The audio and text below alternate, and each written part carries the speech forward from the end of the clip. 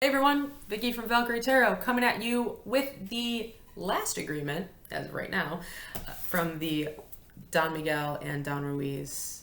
Wow, Don Miguel Ruiz and Don Jose Ruiz agreements books. The four agreements I went through previously, and now we're going to touch on the newest book, which is the fifth agreement.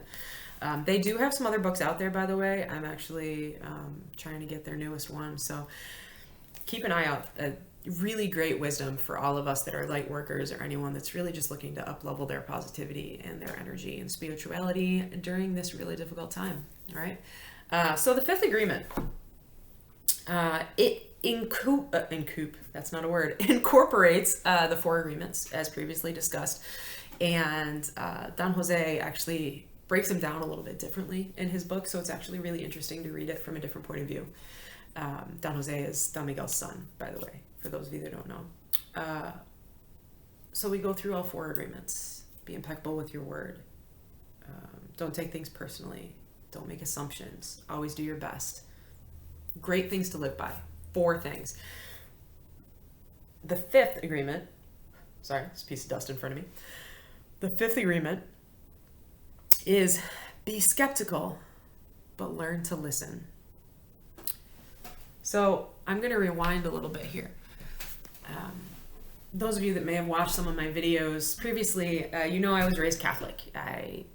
Youngest of three girls, Irish Catholic, Polish Catholic, got hit from both sides. My uncle's a priest. I went to Catholic school up until college. It is very much a foundation of who I am. In college, I realized that I was gay. It was a very big struggle for me. It took me years to come out. That's a different story. But the point is that I had to realize and revamp what I had been taught my entire life. We're raised in certain lifestyles. That's the truth. We're raised with different religious backgrounds. That's the truth too. Some people don't even have a religious background. I no longer really consider myself religious, but more spiritual. I believe religions are man-made. Spiritualism is a level above that. It is all-encompassing of all of the lessons that are learned and realizing that we're all in this together, no matter where we come from or what book we choose to follow. When I was in 8th grade, and I apologize if my 8th grade teacher winds up hearing this, I had religion class and we were learning about the miracles of the Bible. And I want to preface this with the whole fact that I'm not trying to be blasphemous for any Catholics or Christians out there. I'm just simply sharing a story. We were talking about the miracles of Jesus, the water into wine and the walking on water and the healing of the lepers and et cetera, et cetera, et cetera. I tried to explain them all scientifically, and I did a pretty damn good job. How was he walking on water? Easy. He was walking on a sandbar or a coral reef. How did he turn water into wine? Well, he added water into the wine jugs. Obviously the wine jugs probably still had some wine in it, so it tasted diluted, but it was still wine, right? And it probably tasted fresher because it was fresh water. How did he heal the lepers? Reiki? Not to toot my own horn as a Reiki master, but Reiki, life energy, and or he may have been medicinal, and we don't realize that because it's not written into the books of the Bible. He could have told them, hey, use these herbs and that sore will go away. Who knows? Nobody does, because nobody alive now was alive back then. The importance is that I was skeptical. I was skeptical as a kid of the teachings of the Bible, and yet I still had faith in the lessons that were taught. Obviously, as time went on, with my sexuality, I struggled a little bit, but I did in turn learn how to accept it, that I can still have faith in the religion that helped with my foundation of who I am, but grow from it. To be skeptical, but to listen and learn and be better. The thing with this agreement. Be skeptical, but learn to listen. Is so many of us act first, listen later. So many of us don't hear what is being said. We listen, we filter out what we want to hear, but we're not hearing everything. We filter what we believe is our truth. This is getting back to one of the other agreements, that assuming my truth is not your truth, and that's okay. And when my truth gets questioned, my ego gets attacked, and I take it personally. We see this in America with everything that's going on in the political, stage. Liberal snowflake, conservative, whatever. And what we don't realize is that politics are a sliding scale. The majority of Americans are not completely polarized to either side. The majority of Americans are somewhere in the middle. And by the way, it's okay. It's okay to have liberal views and conservative views. You don't have to polarize. That's called being an independent. And I really wish we had a third party system, because it would make life a lot easier for us independents out there. But I digress.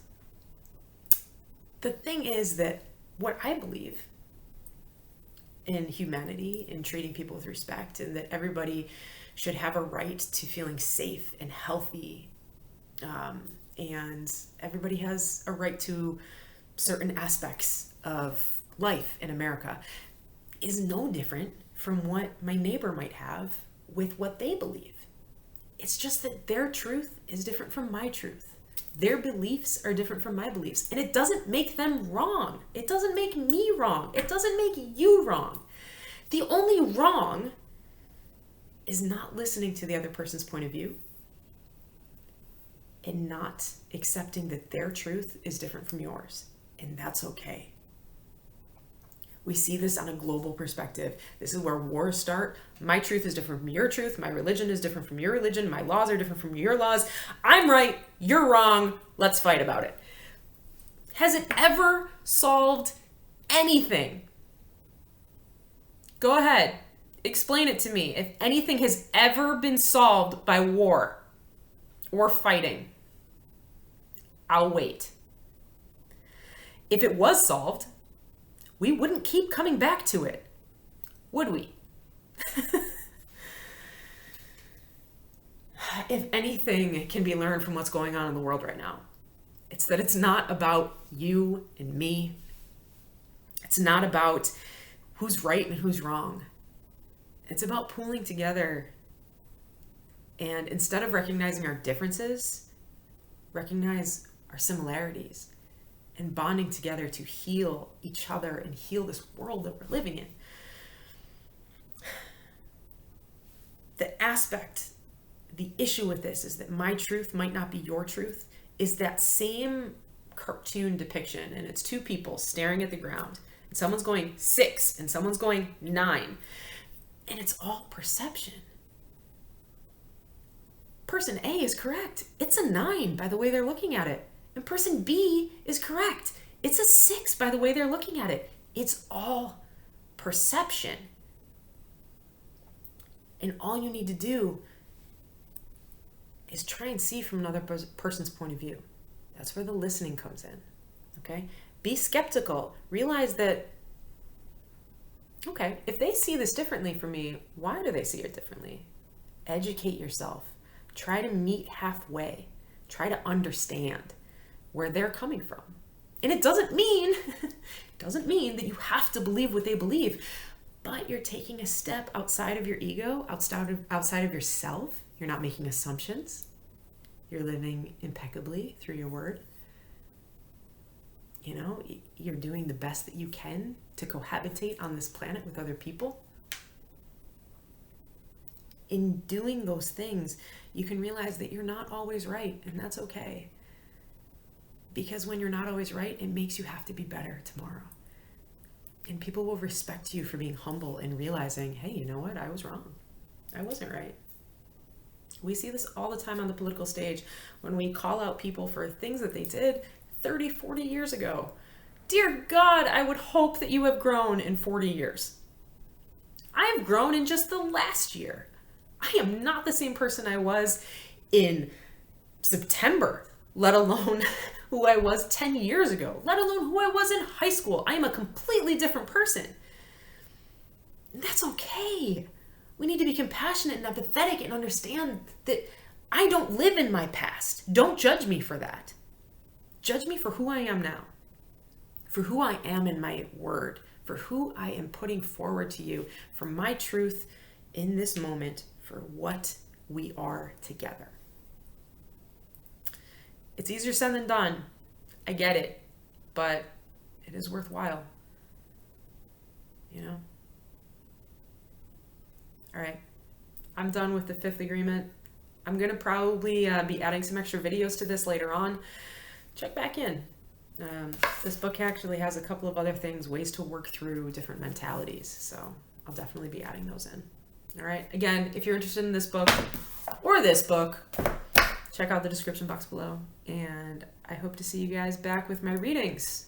It's almost time for another set of Love and Soulmate readings. Till then, my friends, wherever you are, please stay safe, stay healthy. I'll see you soon. Deuces.